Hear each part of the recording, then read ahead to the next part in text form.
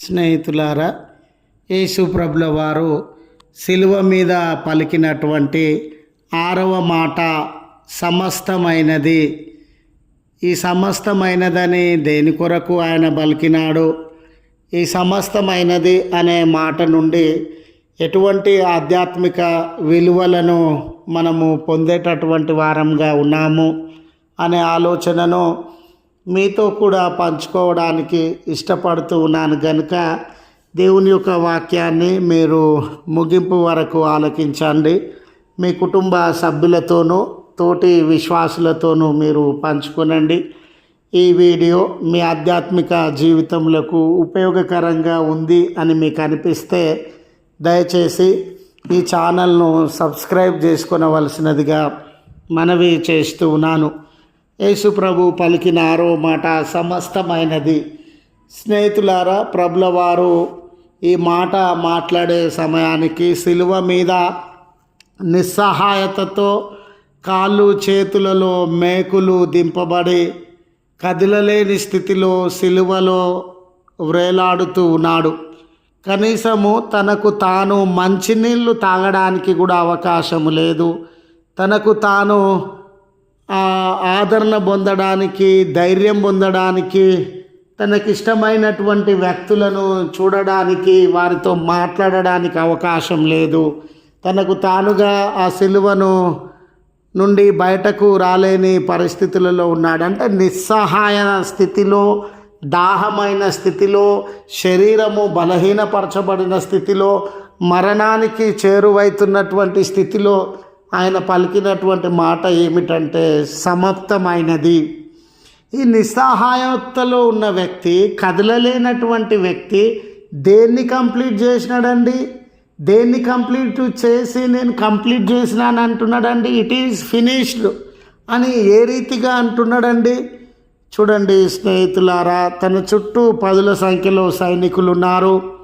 అనేకులు చేతనైతే నువ్వు సిలువ నుండి దిగిరా అని ఆయనను అవమానిస్తూ ఉన్నారు. వీడు చేతగాని వాడు అని అనేకులు నిందిస్తూ ఉన్నారు. ఇప్పుడు యేసు ప్రభుల వారు మరణపు అంచులో ఉన్నారు. ఇటువంటి సందర్భంలో ఆయన నేను చనిపోతున్నాను అనడం లేదు. నా ప్రియమైన వారిని విడిచిపోతున్నాను అనడం లేదు. అయ్యో నా జీవితము ముగించబడింది అనడం లేదు. కానీ సమాప్తమైనది, ఇట్ ఈజ్ ఫినిష్డ్ అని ఆయన పలుకుతూ ఉన్నాడు. ఇది బాధను తెలియజేసే పదం కాదండి. నొప్పిని తెలియజేసే పదం కాదండి. నిరాశ, నిస్పృహను తెలియజేసే పదం కాదండి. ఇది ఒక విజయాన్ని తెలియజేసే పదము. ఒక బాధ్యతను నెరవేర్చినానని విజయమును తెలియజేసేటటువంటి పదము. ఈ లోకంలో అనేక మంది గొప్పవారు జీవించినారు. హిట్లర్ తన చివరి మాట మాట్లాడాల్సి వస్తే అయ్యో నేను అనుకున్నది సాధించలేకపోయినానే అని. అలెగ్జాండర్ గారు నాలో ఎంత ఆశ ఉండింది, నేను ఎంతో ప్రయత్నించినాను కానీ నేను అనుకున్నది సాధించలేకపోయినానే అని. అలెగ్జాండర్ గారు ఆ సమాధి పెట్టెలో నుండి నా చేతులను బయట పెట్టండి, నా సమాధి పెట్టెను వైద్యులు మోయాలి, నా ముందు వరుసలో అంటే నా సమాధి పెట్టెను తీసుకొని వెళ్ళుచు ఉన్న ఆ ముందు వరుసలో అధికారులు మరి రాజులు నిలువబడి ప్రొసెషన్లో పాల్గొనాలని ఆయన కోరినాడు. ఎందుకనంటే ఈ లోకంలో నుండి నేనేం తీసుకొని వెళ్ళడం లేదు, ఈ లోకంలో నేను సాధించింది ఏమీ లేదని ఆయన ఖాళీ చేతులను చూసినటువంటి వారు అర్థం చేసుకోవాలని.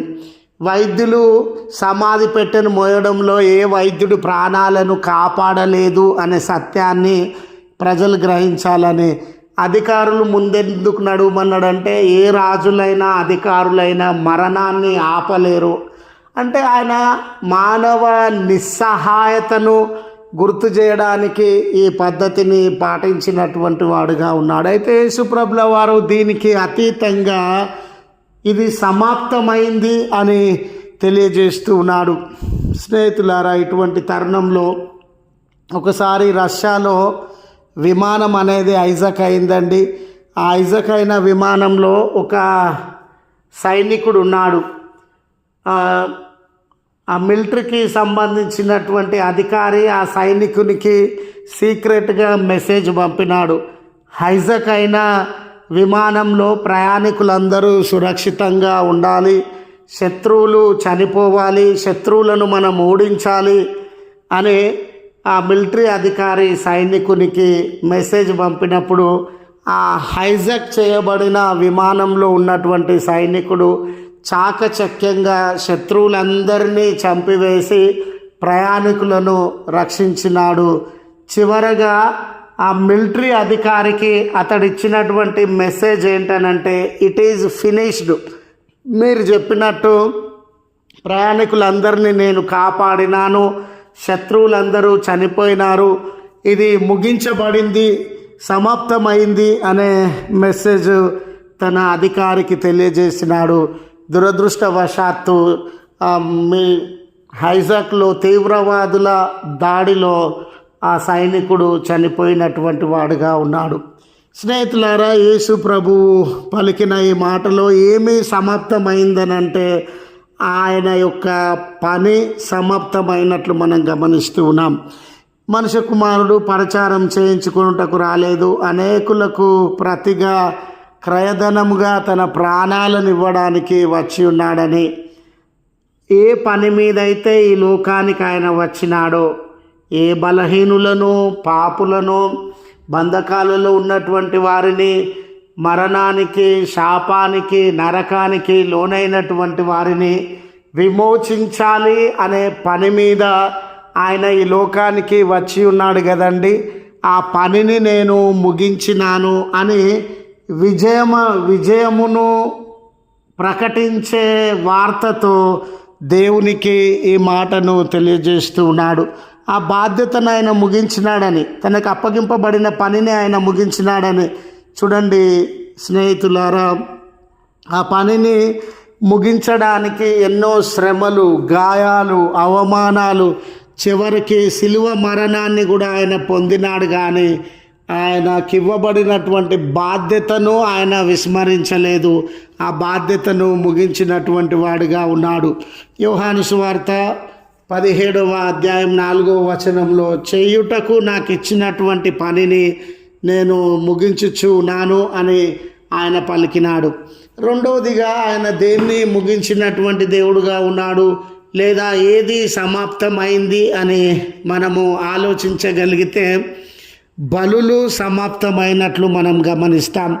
థామస్ అక్వినస్ అనే వేదాంతి సిలువలో యేసుప్రభు పలికిన ఈ 6వ మాట సమాప్తమైంది అనే మాటలో ఉన్న అర్థం ఏమిటంటే, ఆయన బలులను సమాప్తం చేసినటువంటి వాడుగా ఉండినాడు.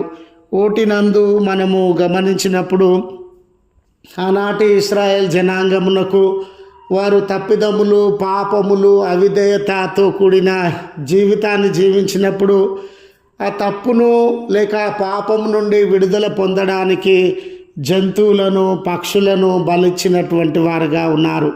అయితే యేసుప్రభుల వారు లోక పాపమును మోసుకొని పోవు గొర్రెపిల్లగా ఈ లోకంలోనికి వచ్చి ఆయన శిలువ మీద తన ప్రాణాలను అర్పించుట వలన వన్స్ ఫర్ ఆల్ ఒకేసారి ఆయన తను బలియాగముగా చెందడం వలన ఇక మీదట జంతువులను, పక్షులను బలివ్వాల్సినటువంటి అవసరం లేదు. లోకమంతటి పాపముల కొరకు, ప్రజలందరి పాపముల కొరకు తానే ఒక బలియాగమైనాడు గనుక ఇక మీదట ఎవ్వరూ వారి వారి పాపముల కొరకు బలులను అర్పించాల్సినటువంటి అవసరత లేదు అనే విషయాన్ని మనము అర్థము చేసుకోవాలి. బలులు సమాప్తమైనవి. అదే రీతిగా ఆయనకి ఇవ్వబడినటువంటి బాధ్యత, దేవుడు ఈ లోకంలో ప్రతి వ్యక్తి కూడా ఏదో ఒక బాధ్యతతో జన్మించినటువంటి వాడండి. ఈనాడు కొంతమంది బాధ్యతాయుతంగా జీవిస్తూ ఉన్నాం, మరి కొంతమంది బాధ్యత లేనటువంటి వారిగా ప్రవర్తిస్తూ ఉన్నాం. అయితే ఈ లోకంలో మనం జన్మించినామనంటే కొన్ని బాధ్యతలను నిర్వర్తించడానికే మనం జన్మించినాం. ఈ 6వ మాట ద్వారా స్నేహితుడా, దేవుడు నీకు ఏ బాధ్యత ఇచ్చినాడో గుర్తు చేసుకో. స్నేహితురాలా, దేవుడు నీకు ఏ బాధ్యత ఇచ్చినాడో గుర్తు చేసుకో. ఆ బాధ్యతను నెరవేర్చుట కొరకే ఈ లోకంలో జీవించేటటువంటి వాడుగా ఉండు అని ఈ మాట నుండి ఆధ్యాత్మిక సత్యాన్ని మనం నేర్పబడుతూ ఉన్నాం.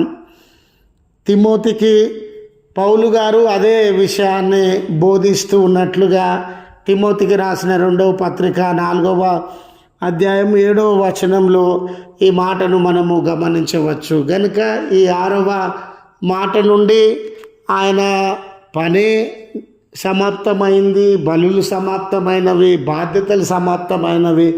మనం కూడా యేసు ప్రభువుల వారి వలె బాధ్యత కలిగినటువంటి వారంగా, ఆ బాధ్యతను ముగించేటటువంటి వారంగా ఉండాలని గుర్తు చేస్తూ ఈ మాటలను ముగిస్తూ ఉన్నాను. త్రియేక దేవుని సన్నిధి, ఆయన కాపుదల మనతోనూ మన భావి జీవితం అంతటితోనూ తోడు నీడై ఉండి కాపాడును గాక. ఆమెన్.